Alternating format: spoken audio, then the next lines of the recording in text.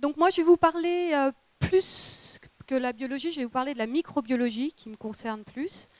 Et quels sont donc les effets de ces stress hydriques sur le fonctionnement microbiologique des sols. Alors, un petit rappel, mais Robin en a déjà un petit peu parlé, et puis on en a entendu parler aussi ce matin. Un petit rappel sur la microbiologie des sols, donc bactéries, archéobactéries, champignons, algues, on pourrait rajouter aussi les virus et les protozoaires. C'est des organismes qui sont extrêmement nombreux dans le sol, extrêmement diversifiés, et on n'en connaît pas encore beaucoup. On peut dire que par exemple pour les bactéries, on connaît à peu près 1% des espèces bactériennes dans le sol. Leur rôle, je m'arrêterai que sur les rôles pour la plante, mais on a bien entendu parler de carbone et conservation du carbone dans le sol. Mais leur rôle vis-à-vis de la plante, rapidement, donc la décomposition des matières organiques, le recyclage de la solubilisation des nutriments, la fixation atmosphérique de l'azote, donc ça peut être intéressant, et puis fourniture aussi de substances organiques complexes. Et puis, il y a aussi un rôle par rapport à l'approvisionnement en eau. On a parlé tout à l'heure des mycorhizes, entre autres. Donc, les pontages fongiques et puis aussi ce qu'on appelle les adhésions microbiennes en lien avec la production de molécules complexes qu'on appelle les exopolysaccharides. Donc, tout ça peut avoir un rôle intéressant aussi vis-à-vis de la plante. Un autre aspect particulier de la microbiologie dans le sol, je dirais même plus la microbiologie que la biologie des sols, c'est que ces micro-organismes vivent dans des zones, on appelle ça des niches, assez particulières. Récemment, on voit des mots-clés comme les mots point chaud, hotspot, et aussi moment chaud. Pourquoi moment chaud? Parce que ces micro-organismes ont des temps de génération très court, ils sont très actifs et réagissent donc très rapidement à l'environnement et donc au changement du milieu. Un fameux point chaud particulier, c'est la rhizosphère, c'est-à-dire la zone qui est influencée, la zone du sol qui est influencée par les racines. Donc ça, c'est vraiment ici qu'on va se focaliser puisque on s'intéresse aux relations avec la plante dans le cadre donc, de ces questions d'agronomie ou d'agroécologie. Parmi les micro-organismes, on a bien sûr les micro-organismes, toutes les communautés microbiennes qui vivent dans le sol, et puis certains quand même qui sont plus particuliers, les champignons mycorhiziens et aussi les rhizobactéries. Je ne vais pas détailler là-dessus, mais c'est vrai que ce sont des organismes importants. Alors, on a parlé, là je vous ai parlé un peu des acteurs. Voici la scène, la situation. Donc, je vous ai présenté des courbes très très simples, un peu génériques, qui sont même plus génériques de la biologie que uniquement des micro-organismes. Mais en gros, qu'est-ce qui se passe dans le temps si on diminue le taux d'humidité du sol, c'est la flèche en bleu là, qui descend. Eh bien, au niveau des micro-organismes, on va avoir d'abord un optimum, si au départ on avait vraiment trop d'eau. Et puis après, on va avoir une diminution des biomasses microbiennes, la quantité donc, de ces micro-organismes, de leur diversité, mais ça, je vous en parlerai après, et puis des activités, donc des fonctions microbiennes. Donc ça, on va appeler ça la résistance, c'est-à-dire qu'est-ce qui se passe quand on a un événement hydrique. Alors, ce n'est pas tout à fait aussi simple parce que ces fameux optimums, ils sont dépendants en fait, des différents micro-organismes. On a parlé de diversité. Forcément, selon les espèces, selon les groupes microbiens, on va avoir des optimums, mais aussi des seuils de diminution jusqu'à éventuellement des mortalités qui vont être différents. Donc par exemple, quelque chose qui est assez connu maintenant, de manière générale, on a toujours des exceptions bien sûr, les bactéries sont plus sensibles à une baisse de taux d'humidité que les champignons. Et puis pour couronner le tout, quand il y a sécheresse, en général, c'est qu'on a quand même une augmentation de température. Et moi, c'est des aspects que j'ai aussi étudiés parce que je me suis intéressée à ce qu'on appelle les événements extrêmes. donc vraiment des canicules extrêmes, où là on peut avoir des températures en surface du sol qui peuvent monter de 40 à 50 degrés, en particulier quand le sol est nu. Et donc là aussi, on a des différences d'optimum au niveau des groupes microbiens. Et là, justement, inversement, c'est plutôt les champignons qui sont sensibles aux températures élevées par rapport aux bactéries. Donc là, je vous ai vraiment décrit ça très, très simplement, mais vous voyez que c'est déjà relativement complexe. Donc, pour résumer un peu tout ça, les sécheresses, les canicules vont avoir des effets directs. C'est un peu ce que j'ai décrit dans ces courbes, des effets directs au niveau des cellules et donc aussi même au niveau des groupes, avec soit des mortalités ou alors des adaptations. Mais des aspects qu'on étudie quand même un petit peu moins et qui sont pourtant aussi importants, ce sont les effets indirects de ces sécheresses et de ces canicules.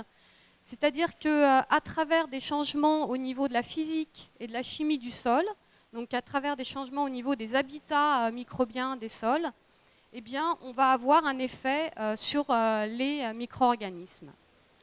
Enfin, un effet des effets. Donc, tout ça pour dire que ces micro-organismes, au niveau des effets directs, mais aussi au niveau des effets indirects, vont avoir des sensibilités différentes vis-à-vis de ces phénomènes de sécheresse et de canicule. Et on va voir apparaître des phénomènes de sélection des communautés microbiennes avec un risque de perte de biodiversité. Qui dit perte de biodiversité, donc là on revient un peu à notre intérêt, à quoi servent nos micro-organismes. À la limite, si on n'en a plus, s'ils servent à rien, après tout, ça ne nous embêterait pas trop. Mais donc ces micro-organismes, en termes de biodiversité, vont être aussi impactés au niveau de leur fonction par ces sécheresses et ces canicules. Alors, par exemple, là je vous donne un petit exemple pour vous préciser un peu quelles conséquences ça pourrait avoir au niveau de la plante. On est dans le cadre du cycle de l'azote, et par exemple les bactéries ou les cyanobactéries fixatrices d'azote, qui vont donc transformer cet azote atmosphérique en ammonium, vont pouvoir participer à la nutrition azotée des plantes. Donc ça nous intéresse. Il se trouve que ces bactéries et ces cyanobactéries sont particulièrement sensibles aux températures élevées. Ce qui veut dire que quand on a un phénomène de sécheresse et de canicule, on peut avoir ce type de fonction fortement inhibée, et donc pouvoir avoir des conséquences néfastes vis-à-vis du système agricole. Alors, on a vu ce qui se passait quand on avait une sécheresse. On voit que c'est assez compliqué. Je vous ai mis un certain nombre de courbes pour vraiment vous montrer la diversité de sensibilité de ces différents groupes microbiens et voir qu'on peut avoir donc des phénomènes de sélection. Mais s'il se met à pleuvoir ou si justement on irrigue, on arrose, qu'est-ce qui se passe? En fait, ce qui nous intéresse, c'est de voir le retour. Et le retour, on peut se dire, ah bah tiens, c'est bon, j'ai arrosé, tout va bien, mes micro-organismes sont dans des bonnes conditions, on va retrouver leur fonction qui avait été inhibée pendant la sécheresse.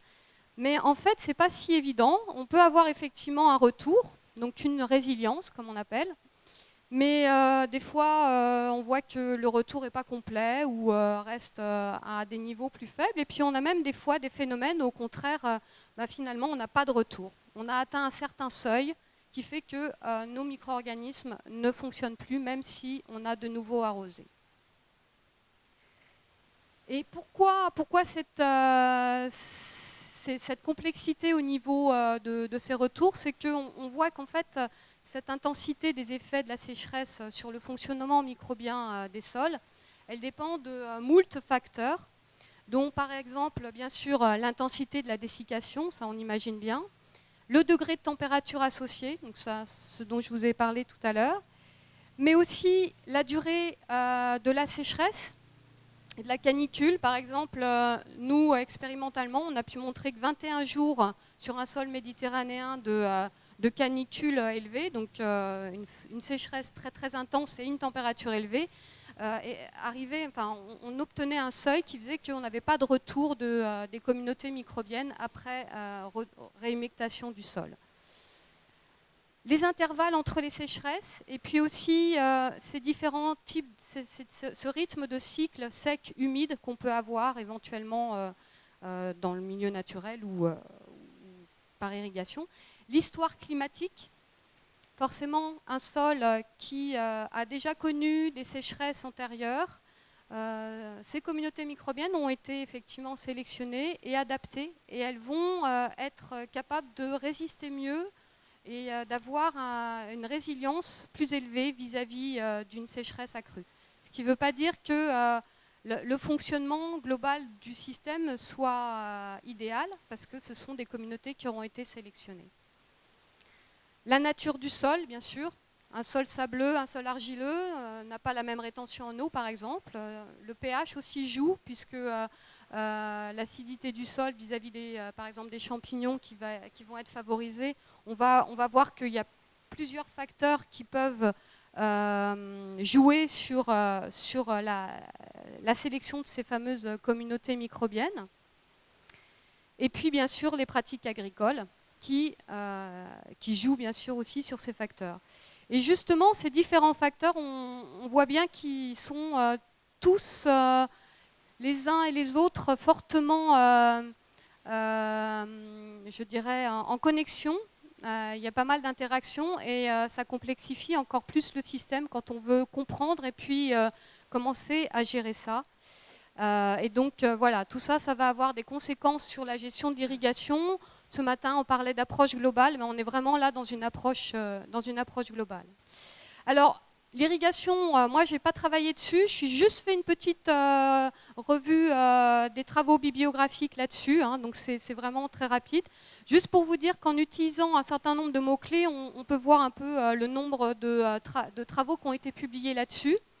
Environ 700 travaux ont été publiés sur les mots-clés comme le mot sol, microbe, sécheresse. C'est pas beaucoup hein, déjà, mais enfin c'est déjà pas mal. Dès qu'on rajoute le mot irrigation, il y a plus de 35 travaux qui sont sélectionnés par le moteur de recherche. On parle de gestion d'irrigation, là on tombe à 3.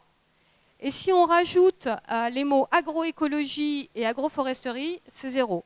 Alors, ce n'est pas 0 travaux, hein. Il y a des tas d'équipes qui travaillent là-dessus, mais c'est juste pour vous montrer que c'est révélateur quand même qu'on a un certain nombre de connaissances et de travaux à faire au niveau scientifique sur ces questions-là.